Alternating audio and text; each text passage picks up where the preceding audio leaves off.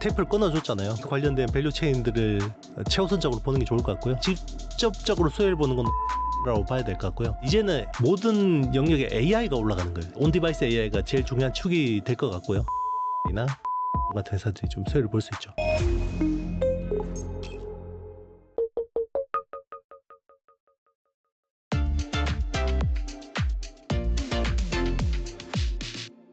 그리고 삼성전자 덕에 모처럼 만의 소부장 기업들도 강세를 보였더라고요. 때문에 이 코스닥 지수의 상승세가 또 예사롭지도 않은 그런 상황이었는데 한동안 소외되어 있다가 막 반등을 시작한 이 소부장 기업들 더 갈 수 있을까요? 더 갈 수 있습니다. 근데 제가 말씀드리는 건요, 롱텀으로. 저는 이제 국내 반도체 소부장은 연말쯤에 봐야 된다고 생각하거든요.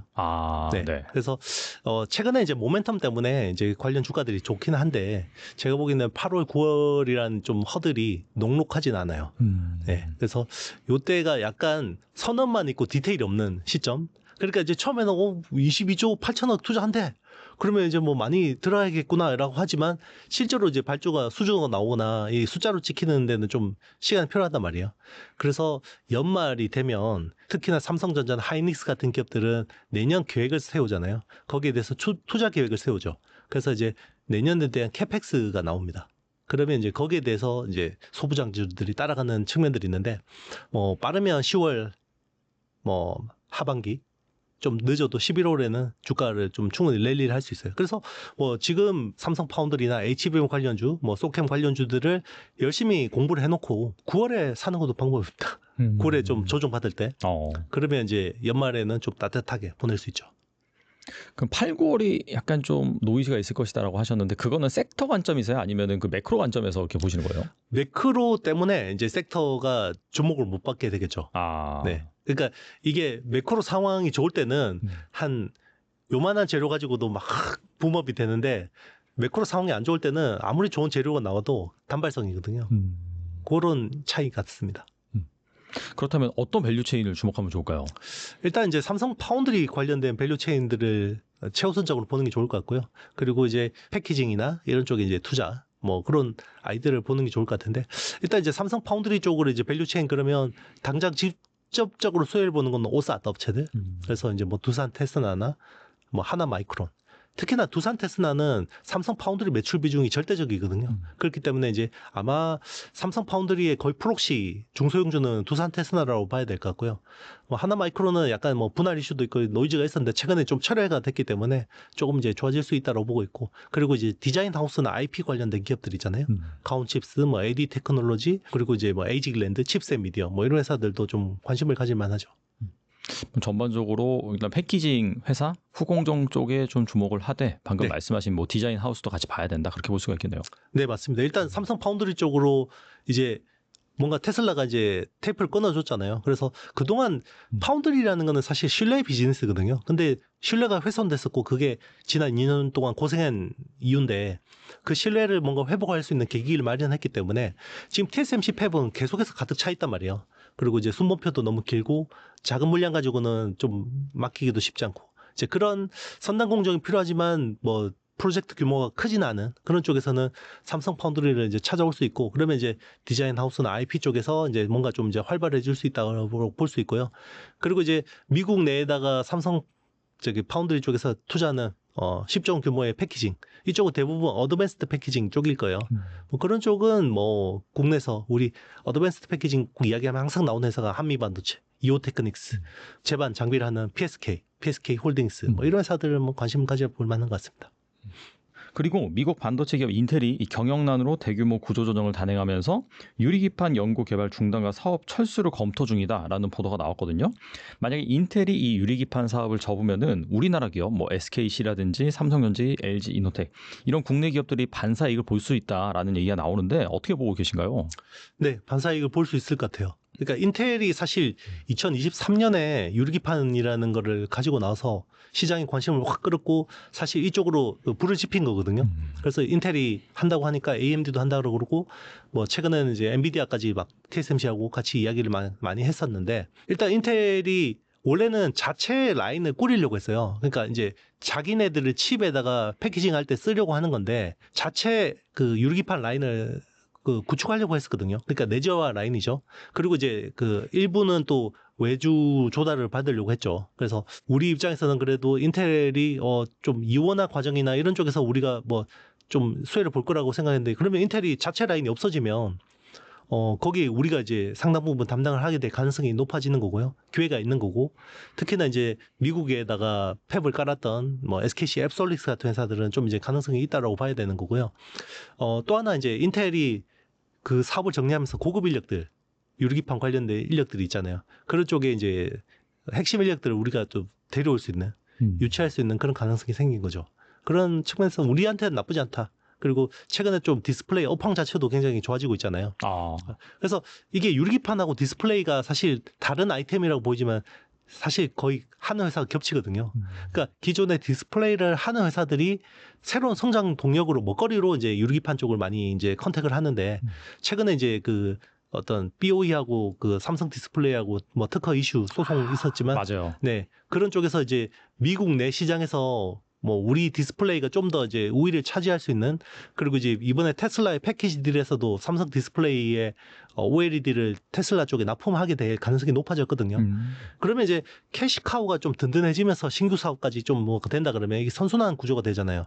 그동안에는 디스플레이 업황이 안 좋은데도 계속 신규 사업에 투자를 해야 되는 상황이기 때문에 재무적인 부담이 컸는데, 이제 그런 것들이 좀 해소될 수 있는 상황이 생긴 거고, 그리고 이제 시장 전반적으로 이제 인텔이라는 회사가 뭐 자체 생산을 포기하게 되면서 좀 우리가 또 반사이익을 누리게 되는 측면도 있는 거죠. 그 유리기판 사업이 인텔이 포기한다라고 해서 축소되는 건 아니고 더 상정할 룸은 확실히 있다라고 볼 수 있는 건가요? 그렇죠. 이제 인텔이 향후에는 자기네들의 CPU에다가 패키징 할 때 유리기판 쓰긴 써야 돼요.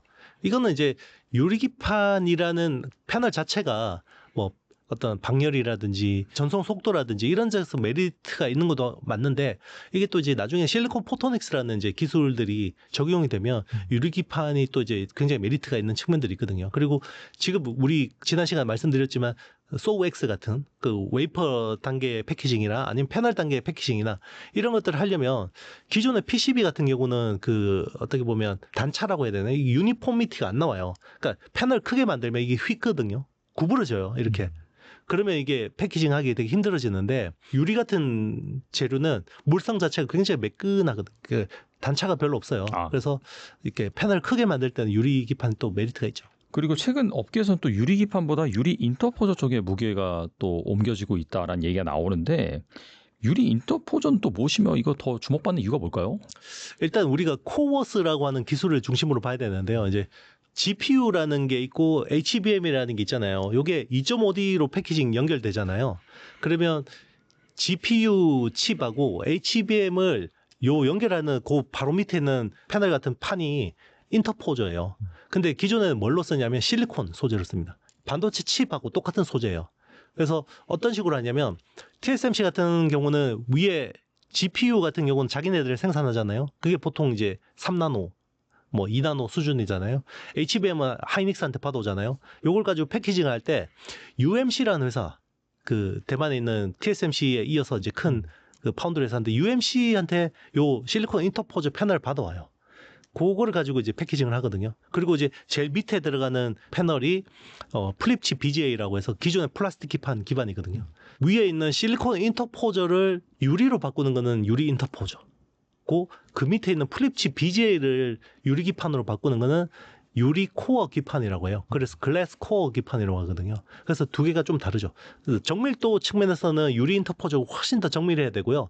선폭이라든지 라이트 앤 스페이스가 훨씬 더 디테일해야 되는 거고, 대신에 밑에 있는 플립칩 BGA를 대체하는 글래스 코어 기판 같은 경우는 라이트 앤 스페이스 같은 경우는 좀 유리 인터포저보다는 좀 덜한데, 요거를 복층으로 쌓아야 돼요. 그러니까 플립칩 BGA라는 게 사실 복층 구조거든요. 그래서 이제 그런 부분에서 좀 어려움이 있죠. 그래서 최근에는 글래스 코어 기판을 좀 상용화를 하려고 했더니 레이어 단에서 이게 통신을 하려고 하니까 중간에 TGV로 구멍을 뚫고 고리를 채우는데 여기서 내구도가 안 나오는 거예요. 그래서 수율에서 많은 문제가 있어서 요건 좀 어렵겠다. 지금 그런 식으로 이제 이야기가 나오고 있고, 대신에 유리 인터포저는 한계층이잖아요. 그러다 보니까 이제 좀 정밀하게는 만들 수 있는데 대신에 이제 적층하는 그런 기술은 아니기 때문에 조금 더 이쪽이 빠르다 이렇게 보는 것 같아요. 그리고 이제 웨이퍼 자체가 굉장히 이제 인터포저용 웨이퍼 수급 자체가 좀 어렵다 보니까 유리 인터포저로 좀 바꾸려는 니즈도 있는 것 같고요. 가격도 좀 싸고. 네. 우리나라 기업들이 잘 할 수 있을까요? 그렇다면? 일단 삼성전자에서 설계는 직접 하고 있고요. 그러니까 공정은 삼성전기한테 아마 맡길 것 같아요. 그래서 삼성전기는 원래 글래스 코어 기판 쪽을 이제 좀 드라이브를 많이 걸었었고, 그리고 이제 SKC 앱솔릭스도 글래스 코어 기판 쪽을 많이 신경을 쓰고 있었는데, 최근의 트렌드는 TSMC나 삼성 파운드리에서 인터포저 쪽으로 좀 초점을 맞추다 보니까 이제 모든 기술 트렌드가 다 그쪽으로 좀 흘러가는, 쭉 당겨가는 그런 느낌 같습니다. 그리고 최근 삼성전자가 일본 히타치의 가전사업부를 인수할 것이다라는 그 기사가 나왔습니다. 이에 앞서서 이 미국의 디지털 헬스케어 회사 젤수를 인수한다고 밝혔는데, 뭐 작년부터 보면은 뭐 레인보우 로보틱스, 시멘틱 테크놀로지, 플렉트 그룹 등 다양한 기업을 이 M&A 하고 있습니다. 이 삼성전자가 M&A로 그리는 큰 그림 무엇일까요? 결국 AI입니다. 네, AI를 하기 위해서 AI에 필요한 서비스 관련된 기업들을 모으는 거고요. 그리고 이제 삼성은 사실 지금 뭐 자체 거대 모델은 없잖아요. 뭐 LLM을 하는 회사는 아니기 때문에 결국 삼성이 가지고 있는 제조 데이터나 고객 데이터를 기반으로 서비스를 만드는 게 되게 중요하거든요. 그러기 위해서 이제 피지컬 AI라고 하죠. 결국은 가전. 히타치 같은 회사들을 인수하는 거는 지금 가전 사업에서 무슨 부가가치가 있겠어요. 그 가전에 결국 AI가 올라가는 게 중요한 거죠. 그래서 그걸 이제 삼성은 하려고 하는 거고, 거기서 이제 또 여러 가지 콘텐츠들이 필요하잖아요. 그러려면 뭐 헬스케어 쪽이나 아니면 뭐 여러 가지 기술들을 가진 회사들을 가져오려고 하는 거고, 제가 보기에는 정말 중요한 딜은 이게 지분 투자가 될지 아니면 뭐 인수합병이 될지는 모르겠습니다만은 결국 나중에 이 AI라는 게 OS처럼 될 거거든요. 그러면 완제품을 만드는 회사들 입장에서는 OS가 굉장히 중요하잖아요. 안드로이드가 될지 뭐 이게 iOS가 될지 모르겠지만 결국 그 AI를 자기네들의 제품에다가 올려야 될 텐데, 자, 그 파트너를 누가 하고 손을 잡을 거냐. 지금 뭐 제일 유력한 거는 구글하고 하는 거죠. 구글 안드로이드하고 워낙 또 삼성이 좋은 관계고, 구글 제미나이 같은 경우도 굉장히 좋은 성능을 내기 때문에 제미나이를 올릴 가능성도 있는데, 뭐 멀티 OS를 할 수도 있는 거죠. 그 중에 하나가 이제 예전에 바다 같은 자체 OS를 하고 싶어하는 니즈도 있을 거고, 그러려면 이제 뭐 미국에 약간 세컨 티어에 있는 AI 업체를 지분 투자하거나 인수하는 것도 방법이겠죠. AI 업계 어떻게 보면 모든 디바이스를 좀 총괄하는 좀 그런 꿈을 그리고 있는 것 같긴 하네요. 말씀 들어보니까. 그렇죠. 이제 앞으로는 우리가 예전에 휴대폰이 피처폰에서 스마트폰으로 바뀔 때는 결국 OS가 휴대폰으로 올라가면서 완전히 바뀐 거잖아요. 그러니까 이제는 모든 영역에 AI가 올라가는 거예요. TV든 가전이든 자동차든 우리가 쓰는 모든 전자제품에는 이제 AI 기반으로 돌아가게 될 거거든요. 거기서 삼성이 단순히 엣지단에서의 제품만 만들면 부가가치가 없죠. 데이터도 쪽쪽 빨릴 수밖에 없는 거고. 그러면 자기네들이 적어도 미들웨어, 뭐 OS를 못 하더라도 미들웨어 정도는 해서 자기네들 어쨌든 그 어떤 핵심 데이터들을 계속 쌓아가는 게 중요하겠죠. 그 데이터를 기반으로 또 자기네들이 가공을 해서 AI 성능을 더 좋게 하거나, 물론 이제 API로 다른 AI를 가져오더라도 어쨌든 자체 기술이 있는 건 되게 중요한 거죠. 그리고 새 정부가 AI 3대 강국을 1호 국정 과제로 내세우고 국산 AI 반도체 개발과 100조 원 국민펀드 조성을 추진하고 있습니다. 정부 주도의 성장 가능성이 부과되면서 투자 일기 역시 뜨거워지고 있는데, 현 시점에서 주목할 만한 AI 기업 뭐가 있을까요? 네, 결국 그 플랫폼 회사나 소프트웨어 기업들이 좀 수혜를 많이 볼 것 같아요. 물론 이제 하드웨어 쪽은 이미 뭐 엔비디아의 수혜를 보고 있었기 때문에 SK하이닉스나 뭐 삼성전자 같은 기업들은 새삼 거론할 필요는 없고, 한국형 소버린 AI가 된다 그러면 결국 이제 저는 네이버 그리고 이제 LG CNS 같은 회사들이 제일 수혜를 볼 수밖에 없을 거라고 생각합니다. 그래서 사실 소버린 AI도 하지만 지금 또 스테이블 코인, 통화 주권하고도 또 직결돼 있잖아요. 네. AI 주권도 중요한데 지금 통화 주권도 중요하기 때문에 그 두 가지가 다 진행되고 있는데, 그걸 두 개 다 공통적으로 하는 게 클라우드 기반의 어떤 풀스택을 가지고 있는 회사들이 유리하거든요. 그래서 국내에서 AI, 하이퍼클로버 X가 뭐 퀄리티는 좀 떨어지지만 어쨌든 파운데이션 AI 모델을 가지고 있고, 클라우드도 가지고 있고, 데이터도 가지고 있고, 서비스도 가지고 있고, 모든 걸 풀스택으로 가지고 있잖아요. 그래서 네이버가 좀 이제 이번 정부에서 좀 수혜를 볼 수 있을 거라고 생각하고 있고, 그리고 이제 초거대 언어 모델에서는 사실 하이퍼클로버 X보다 1견 더 뛰어나다고 생각하는 게 LG X4원이거든요. LG AI 연구원에서 만든 거. 그러니까 거기서는 이제 비즈니스를 한다 그러면 LG CNS가 좀 이제 수혜를 볼 수 있을 것 같고, 그리고 이제 공공 데이터를 또 이제 활용할 수 있게 많이 열어줄 거 아니에요. 기존에 이제 정부나 뭐 어떤 유관기관에서 가지고 있는 것들을 데이터를 쓸 수 있게 할 건데, 거기서 이제 좋은 데이터를 가지고 있는 게 이제 한글 컴퓨터.